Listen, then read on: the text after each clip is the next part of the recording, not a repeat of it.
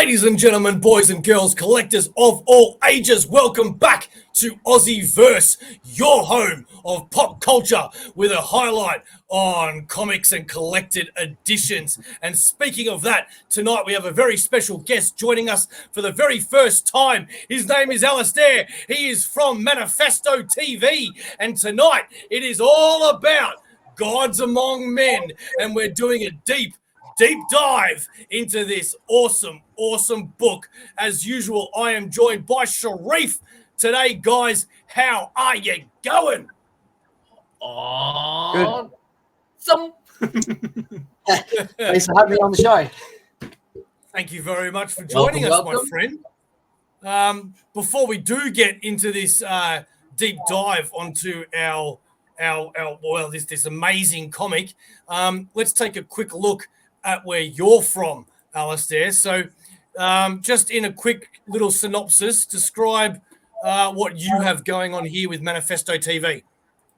Yeah, well, as you can see, it was named after my heavy metal band from back in the day, which hopefully we'll get back into in the near future. But yes, I started off with a niche in the Conan franchise. I thought it was a character that needs more representation. And I'm on a quest to spread the word out there so we can actually get a cinematic version of Conan that's true to Robert E. Howard's vision. So far I've interviewed Conan Angelo, an old friend of Arnold Schwarzenegger. He was the massage therapist and stuntsman on the original 1982 film, as you can see some of the videos I've got there. And also later this week, I'm going to be publishing a very prominent, influential guy in the Conan subculture and IP is Jeffrey Shanks. He's a professional archaeologist that works for the United States government, but also one of his passion jobs is to be a consultant for any Conan projects with heroic signatures, which they've published through Titan Comics, which is very exciting. The new series, the comic book series, is so amazing. I love the edginess and the action in the new Titan series. It's fantastic. So definitely check that out. More guests will be coming in the near future. So it's exciting stuff. And of course, you can't get any more heavy metal than Conan, especially if you're a Manowar fan. You'd understand what I mean. Awesome, mate. I have watched some of your stuff, and yeah, it is really, really cool, especially for people that aren't actually that well versed in Conan as well. It's a really good jumping on point and beginners videos as well for people that have obviously heard about Conan but want to know more. So well done. Thank you. All right, but tonight it is all about gods among men. Whether you have the foil shiny cover, whether you have the normal printing, or whether you have the hard cover, tonight is all about the Mak Brothers, in my humble opinion, masterpiece, Gods Among Men. So please, boys, give us your initial thoughts and reactions to this comic, and then we'll go deeper into the Gods Among Men territory, okay? Because there's a lot to talk about. It's not your black and white comic, and I don't mean that literally. I mean, there is things in this comic that a lot of people I don't think may have picked up on, Easter eggs and things like that. So please, Alistair, take it away. Yeah, it's good to read a crime noir that's sort of in the tradition of like Breaking Bad, Trainspotting, and Fear and Loathing Las Vegas. You really get that, introduced that in the opening scene where, the protagonist Jace goes into that house and there's a whole group of people. Just to let you know, there will be spoilers during this episode. So read the comic first and then come back. But yeah, he witnesses a whole lot of people shooting up. And there's this really beautiful image in the comic where it reminded me of those. Let me find it. I really like this image here, like that one there. Yeah, so it kind of reminded me of Fear and Loathing in Las Vegas. It's almost suggests that reality is warping and getting distorted. Perception is getting warped there. So I thought that was really fascinating. And overall, there seems to be a theme of the character wanting to break out of the hamster wheel, out of the matrix, so to speak, which goes into some deep stuff, of philosophy and other stuffs. Do you want me to talk about that? Oh yeah, absolutely, Yeah, okay. absolutely. So so that you see that in Plato's philosophy, the Plato's cave, and it's all about questioning reality and things like that. And Plato was in the end, from memory, was executed by the state of Athens because his ideas were challenging the status quo too much and influencing the youth of Athens. So they had to, get rid of him, so to speak. Philosophers have been persecuted for centuries and things like that, because they question everything and they don't really fit into society. A little bit of me is like that, so I can relate. But yeah, I love the movies like The Matrix, where it's like breaking out of the structure and things like that. And you see that a little bit with the Truman Show, where things are manufactured and artificial. What is artificial and manufactured?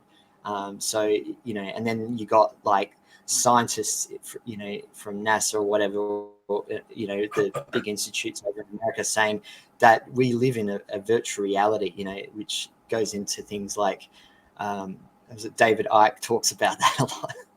Yeah. And seeing, how we can only see a tiny fraction of the light spectrum in science. Science has proven this, stuff that was once seen as, hocus pocus sort of, imaginary type stuff. Quantum physics has come in leaps and bounds and, is challenging the way we view reality and what is real and what isn't. So I like that in a story that gets you thinking. So Yeah, so that brings me to your points here, where they've written in the start here the very first words of this book, if I may. It's what really blew me away, which is society exists in the knowledge that justice will always prevail, an age-old tale of good triumphing over evil. But is this reality? Well, the answer to that, my friends, dun-dun, depends entirely of your perception of it. Let me show you mine. And, one of the things that I loved is that's not the only time you get to, well, it's the only time you read those words, but it's not the only time that you hear those words. Do you know what I'm alluding to? Anyone here? Yes, at the end of the comic, there's a QR code and it takes you to a video, but it also makes mention of the archetype or the symbol of the white rabbit, which the white rabbit is mentioned and seen in the Matrix. The couple that knocks on Neo's door, the girl's got the white rabbit tattooed on her arm from memory, I think it is.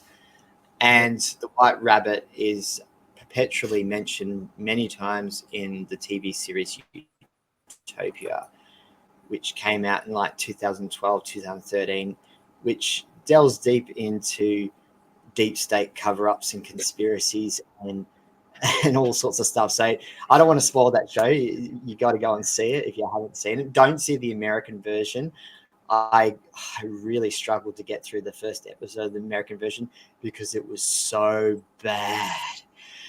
Like this one, because like it trusts the Americans, like B-grade American writers just to copy it. I mean, there are some good writers in America, but sometimes when they remake stuff, they don't get the best writers. And I mean, I like Cusack. I think he's a cool actor. He's done some cool movies, but I just don't understand why he agreed to it, because it was too on the nose and really dumbed down. And yeah, the original one is very edgy. It's not for the faint-hearted, and it gets you really thinking about stuff. So yeah, that's another TV show that sort of used that white rabbit archetype. But we're here to talk about gods among men, and I love the influences already from what the references we've mentioned so far.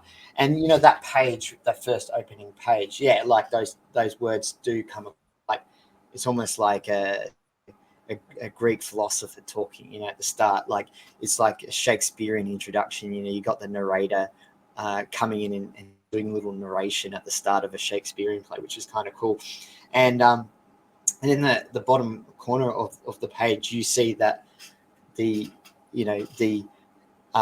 woman with the two kids, and you could interpret that as being, is that Jace's family, or is this the ramification or the consequence of being someone who deals drugs?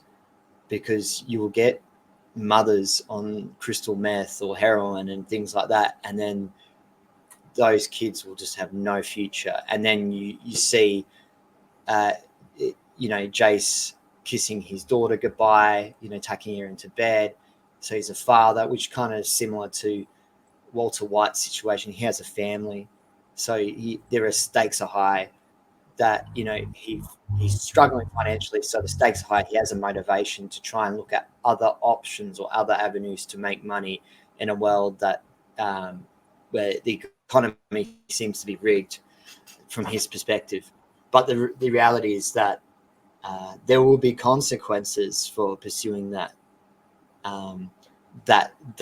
avenue or that career in crime and drug dealing.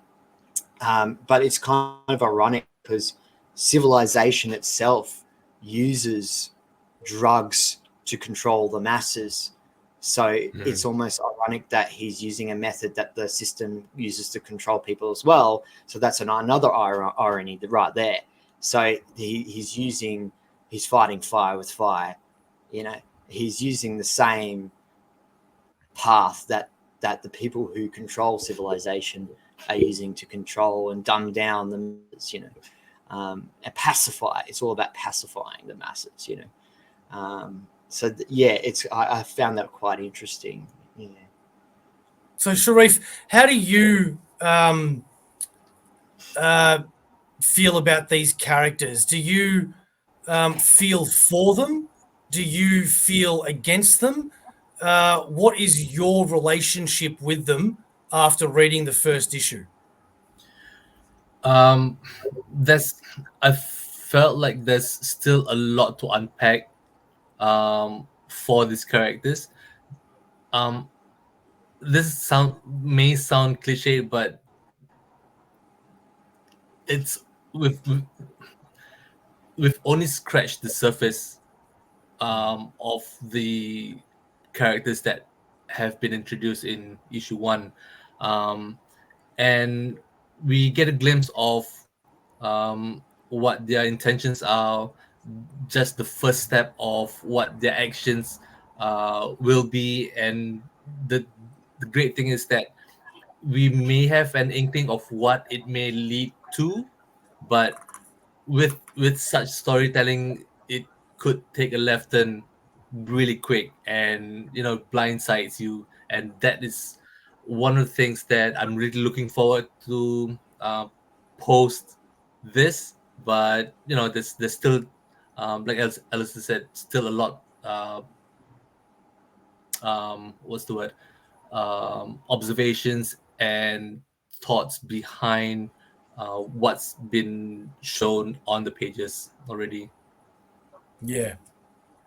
Yeah, I agree. Like when you're starting a story, you probably want to start off with the ordinary to start with, because when the plot progresses into the extraordinary, it has more emphasis.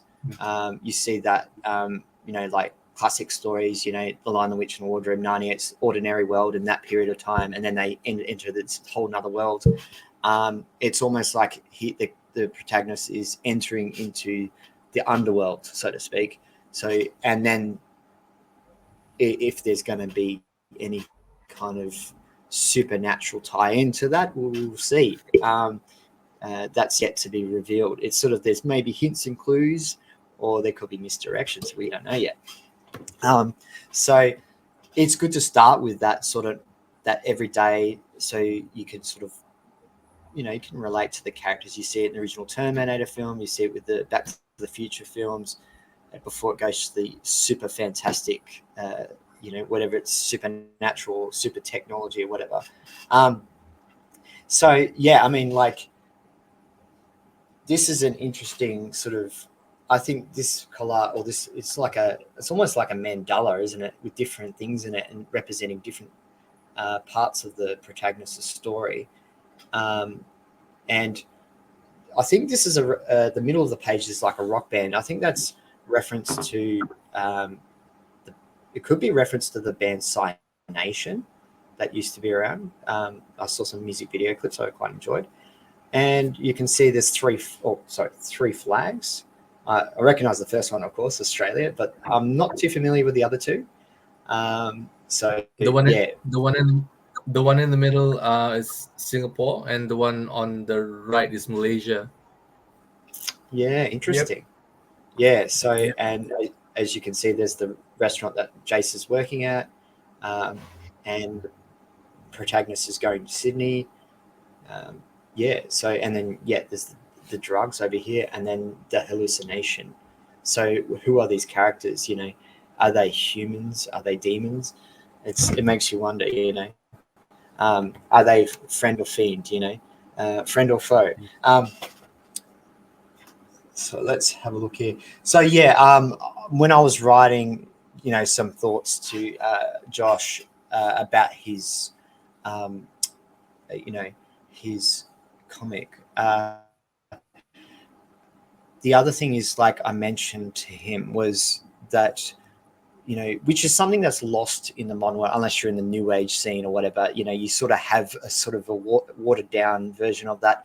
Unless is the shamanic tradition of pharmakia, you know, medicine, poisons, herbal remedies, and things like that, where they would go on like a shamanic journey into the spirit world. So there was all these like rituals in different cultures around the world, which is a universal thing, and it's almost like, you know, drug-induced madness was a way to communicate with the gods. So that's With the gods. So people would go on shamanic journeys, so they'd be guided by a shaman, and so they'd use certain hallucinogenic herbal plants and stuff to you know, go into another dimension almost and communicate with the gods. Like you got Graham Hancock going to South America, and he had an ayahuasca, I think how you pronounce it, experience with the shamans there. And a lot of people who go on that, you know, they meet the goddess, and it makes them confront everything that's wrong about their lives. You know, it's almost like they're being held accountable. So it's almost like, you know, modern Western society has been completely divorced of ancient traditions, ancient cultures. It's almost like we become this transient, no identity, everyone's the same thing, where, you know, we no longer have a connection to Mother Nature or a connection to the ancestors or anything like that. It's like we've gone through this since the Industrial Revolution. We're completely divorced from that, and then so now drugs has become this destructive force only. That's the only way drugs have become really a destructive power. People in high positions of power are involved in using to control the masses and things like that. You know, that's the potential there. You know, not all of them. There's a good and bad and ugly everywhere, but there is the opportunity. You know, it's almost like Game of Thrones. You know, it's a den of vipers. You know, everyone's backstabbing each other and counter plotting each other. You know? So it may not be a unified thing. So, but it's the mess of civilization. And as you look at the rise and fall of civilizations, which Robert E. Howard was always a believer, he had a very cynical view of civilization. He never believed that we were progressing to something better. We were rising and falling and devolving and into higher states of consciousness to lower states of consciousness. To, you know, the pendulum swings from, you know, civilization, barbarism to savagery and things like that. So, so I'm going on a bit of a tangent there, but you realize when you study history and mythology and literature, and even science and all that, there's synchronicity. Everything's coming together, you know, and it's a continual process. Yeah, but see, this is exactly why we invited you on the show, because I am one of these people that for me to find these Easter eggs and to read behind the lines, I need to read an issue quite a few times, right? I can't just read a comic and think so deeply on the level that someone like yourself might. Now, obviously, on the page that you showed, if I may just be closer, you can see from the art here that there is some clues, like why is there a Sydney sign there when Yeah. there's when it's in Melbourne? So that's a bit of a clue as to where it's going. Then you've got you've got that band in the background there. You've then got these 5 faces. You've got the Yeah. flags, as you mentioned, Yeah, there's and then you've in the band. Sorry to interrupt. There in the band, there's a glowing individual, almost like it makes me think: is this a symbolism of the sun, like the sun shining? Which is used in pagan imagery to symbolize the divine, something beyond human. Just a thought, anyway. yeah. Yeah, and that's I find it really fascinating when somebody has found so much meaning to something that I've read already and not seen that meaning. It's really really fascinating. Like, I mean, the only things that I can pick up on, for example, is I think it was, let's see, um, so here, for example, this to me was an easy find, right? Which I'm sure a lot of people in Melbourne would know. But this right here, that is actually an intersection in Richmond. Oh, That yes. that Rizzy or Rise Burger, and that's fascinating to me because when you've been watching all this American TV all your life and people are used to, oh, that's just down the road from me or whatever, we Australians don't really get that. So to have something in an Australian comic and you can recognize it and go, I didn't know that, that's just brilliant. I love that. That's good. And the other thing is, maybe you can comment on it a little bit more as well, is that the thing that made me personally fall for this book is it would have been so easy for the Mak brothers, who are the writers of the book, it would have been so easy for the Mak brothers to tell the main part of the story. Take away the first 2-3 pages and you take away the last page and just have the real life drama, right? But instead, they've got the real life drama and they've added these elements to the start and the end of the book that make you go, hang on, I don't think this is so cut and dry as you're going to assume. There is something metaphysical, something supernatural going on, but we have no idea what, which it draws you in to a point where you don't just want to find out what happens to these characters and their plan to make money, but what is going on here? Yeah, I actually was writing back and forth with Josh about, I love the mystery behind the story, and it shows that he's put a lot of thought in the plot because, as you say, story is story, but the plot is what you reveal to the reader.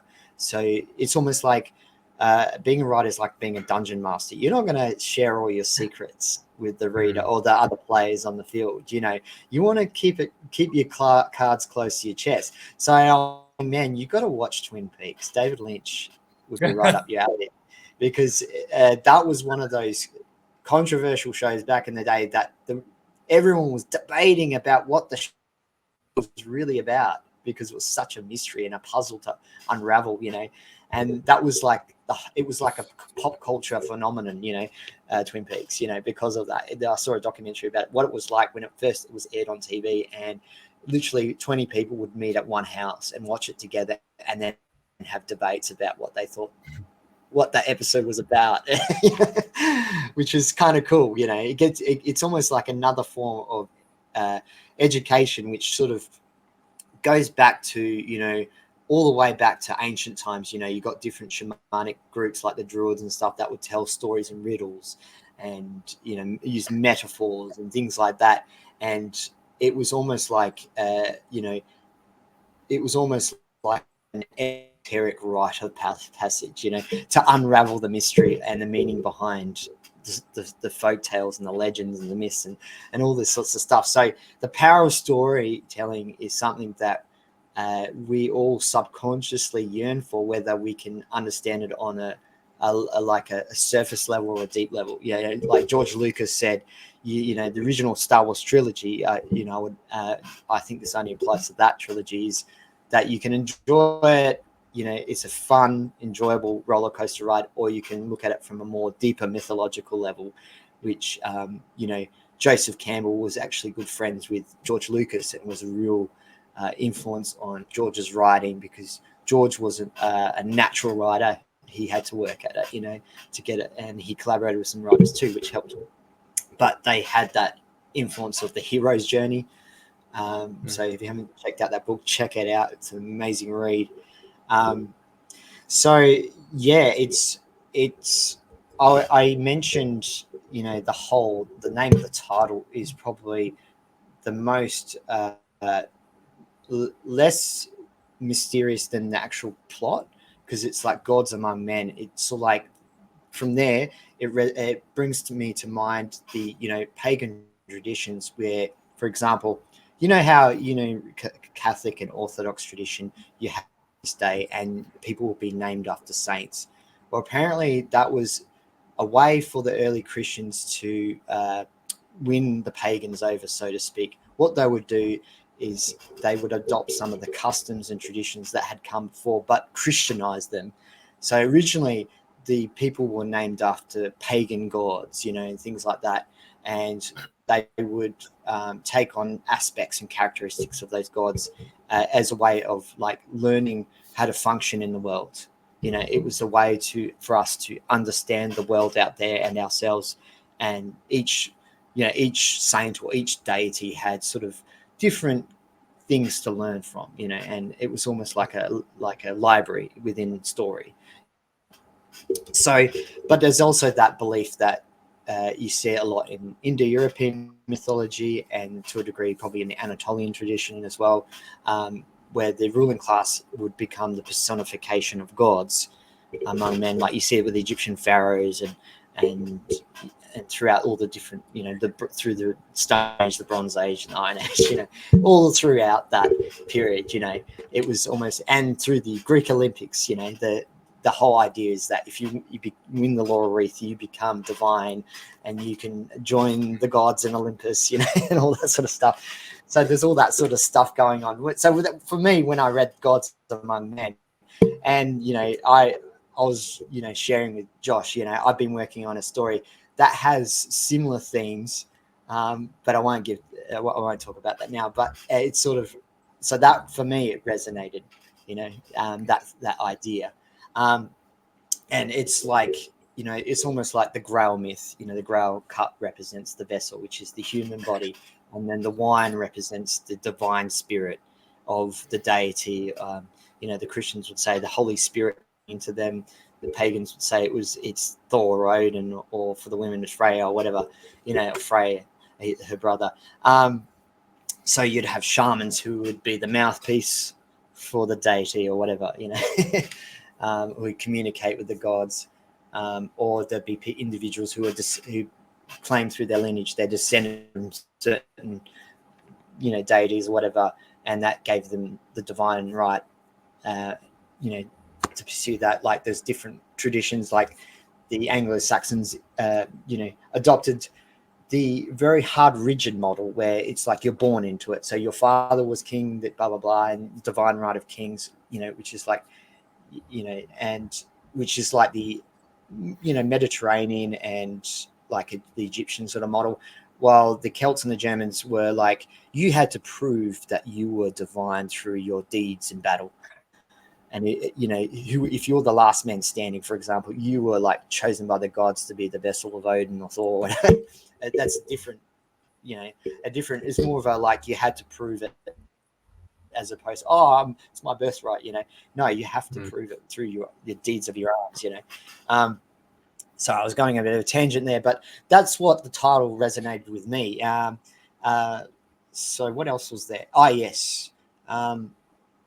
So, I mean, I also mentioned that, similar to the Anna comic, Jace makes almost like it could be like a Faustian pact, the story of Dr. Faustus. He makes a deal with the devil, and things like that.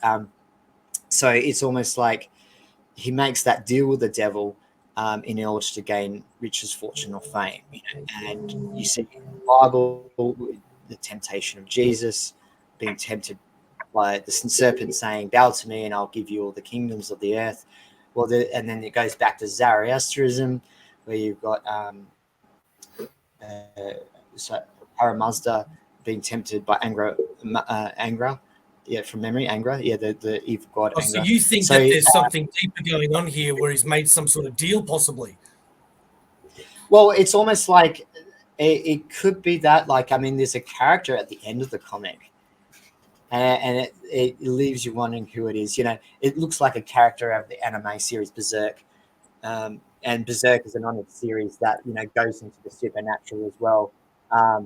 It sort of looks like this character is on a throne of the underworld or something like that, or some other dimension, and we don't know who that character is yet. So that's right. And I love the words that they've chosen around this person on the throne. Ask more from your government. Ask more of corporations. Ask more of your employer.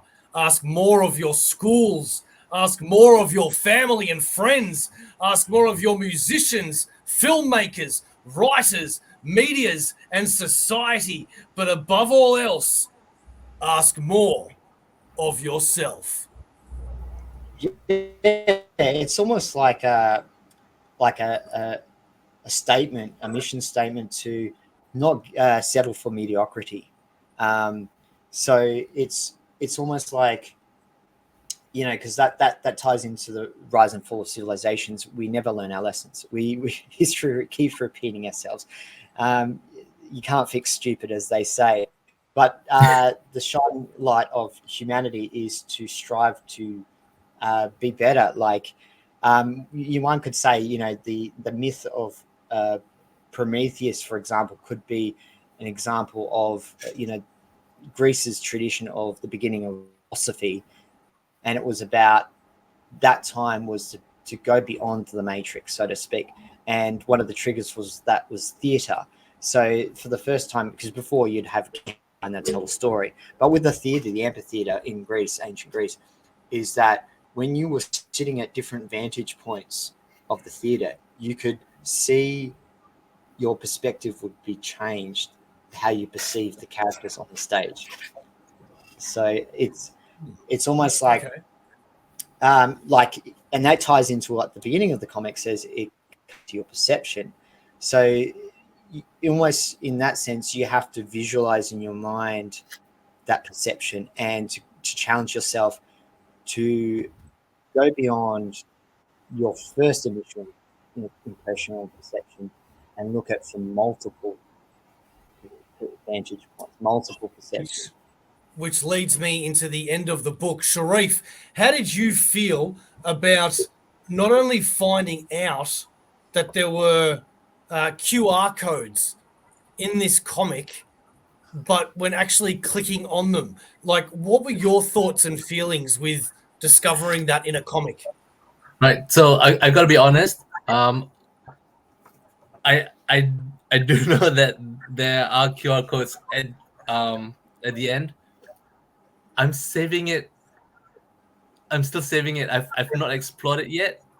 So you want to discuss it? Go ahead. I'm more than interested in listening on your points or views on what is actually in there. So I may go in with a different perspective later on. Fair enough. Cool. Well, I don't want to go into spoilers of them, but I will say that with the hardcover, if you were lucky enough to be able to get one of these limited edition hardcovers, there was an extra QR code at the back, and that took you into something like a 2-3 minute little movie that to me is just so impressive, because not only have I never seen a comic pop in, Australian at least Kickstarters do QR codes in the back of comics, but have that thought and have that care and extra layer of storytelling by taking you deeper into the story by adding QR codes. Yeah, I thought that was amazing. I really love that. Creates another dimension to that, you know, crossing multimedia platforms, you know, which is something I was, you know, dreamed of doing myself. So it's like, Josh, you stole my, you know, ideas, you know, but he had a big laugh about it. We laughed about it, but it was really inspiring seeing them do it as well, because it's like, yeah, man, I need to get my act together and create some really cool art.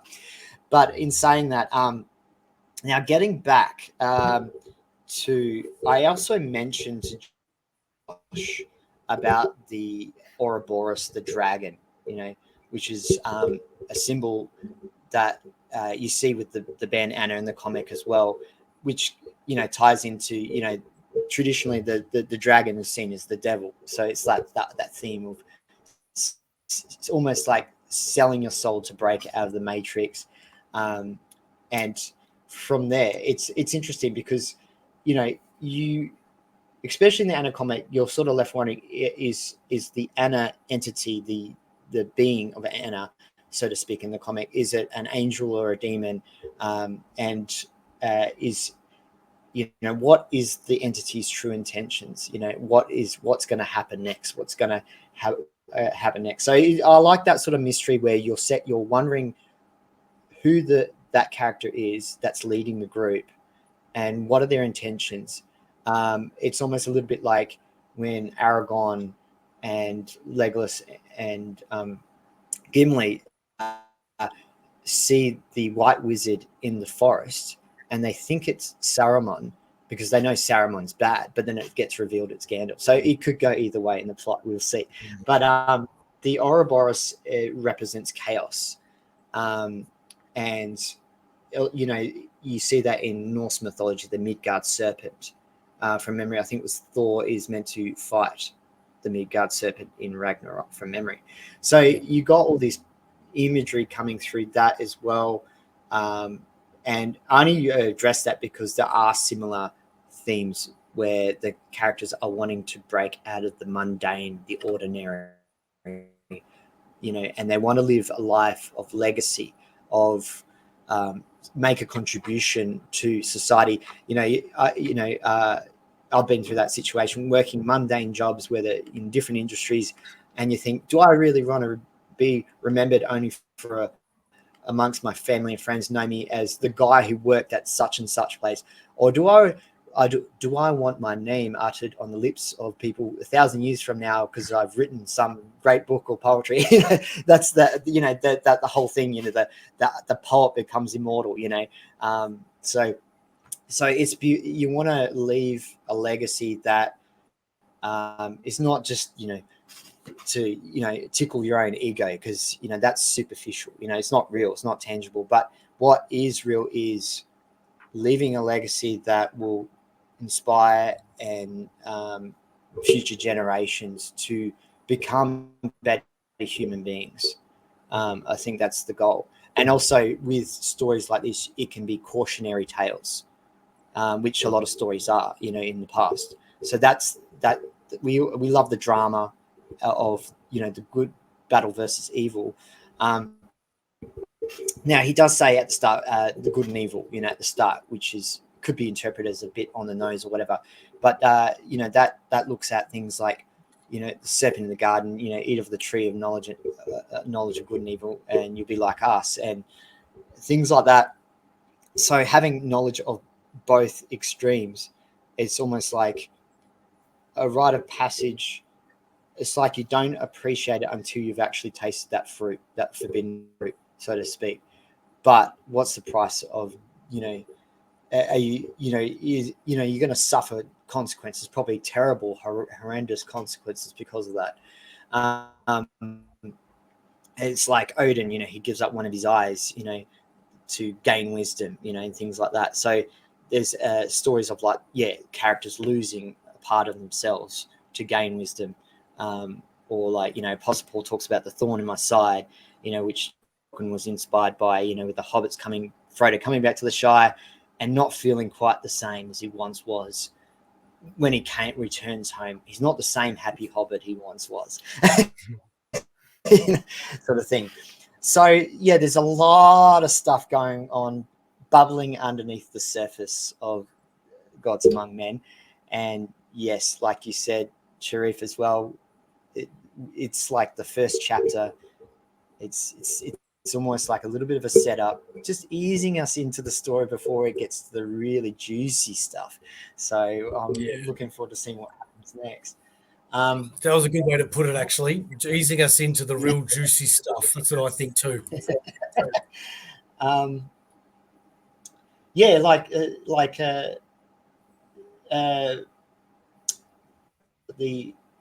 have a look here.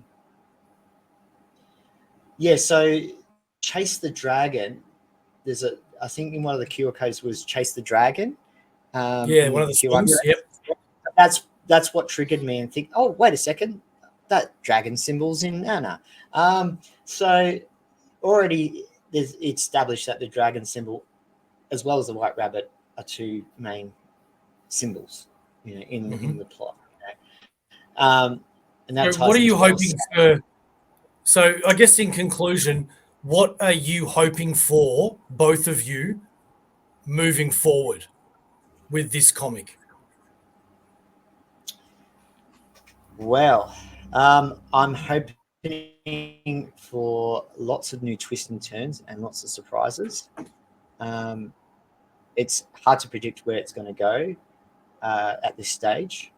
I mean, it's almost like because I've seen Breaking Bad and I've seen Trainspotting and Fear and Loathing in Las Vegas, I could immediately think, the plot may have a similar plot to that, or I could assume things, but you never know. The Josh could surprise me, so we'll see what happens. But and which direction, whether it's going to go supernatural or not, or make you question whether it is, it's like Philip K. Dick, questioning, did when a character goes through an experience, did that experience actually happen? Was it his imagination or was it real? And then all of a sudden, inside the pocket of the protagonist is an item from that experience, and you go, oh, it must be real. And that happened with the Frost Giant's daughter, Conan's story, where it makes you think the experience Conan is going through, did he go into a supernatural realm, or was it, because he gets hit on the head and you think, was he unconscious during that period, or was it real? And what about yourself, Sharif? I somehow see the protagonist getting tested. He falls deep and deeper into a well where he sees no light at the end, and then there may be something that presents itself as an opportunity for him to crawl back out into the light, as a way to redeem his fall. But like Alistair said, there's so many things that could happen, and at this point in time, it's just us having our imaginations run wild as to the multitude of possibilities that might happen, and it just excites me. Yeah, good way to put it. Well, if the comic is anything like their music, here is Anna Band official, that it will present itself as one way on the screen, and it will blow you away when you actually take a deep dive into the music. I believe that this comic is just going to hit different roads, twists and turns, and it is not going to be what you think, while contradictorily contradictorily enough, I don't know if that's a word, it's also going to be very straightforward as well. So it's going to be very, very contradictive, I think, with its own development. And I mean that in a very good way. But if you are interested in picking up Gods Among Men, you can still get it right here at the Cynation Comics website. If you aren't fast enough to write that down, the link will be in the description, as well as you can go to their Instagram right here at Cynation Comics. That is Gods Among Men by the Mak Brothers. Issue 1 sold out. Not sold out. Issue 1 was fully funded in 1 hour on Kickstarter. It is in so many stores across all of Australia. And when I say sold out, that's the hardcovers have sold out already. So if you are interested, go pick it up. Even if physical comics are not your thing, you can get it digitally as well on Apple Books and a couple of other platforms too. Google Gods Among Men and get into this new world that will definitely be an Aussie icon coming up. Is there anything you guys want to say in conclusion? I highly recommend this comic. Go and read it, and I'm looking forward to the future issues. And thank you again, Aussieverse, for inviting me on the show. It's been a real pleasure speaking to you and your viewers.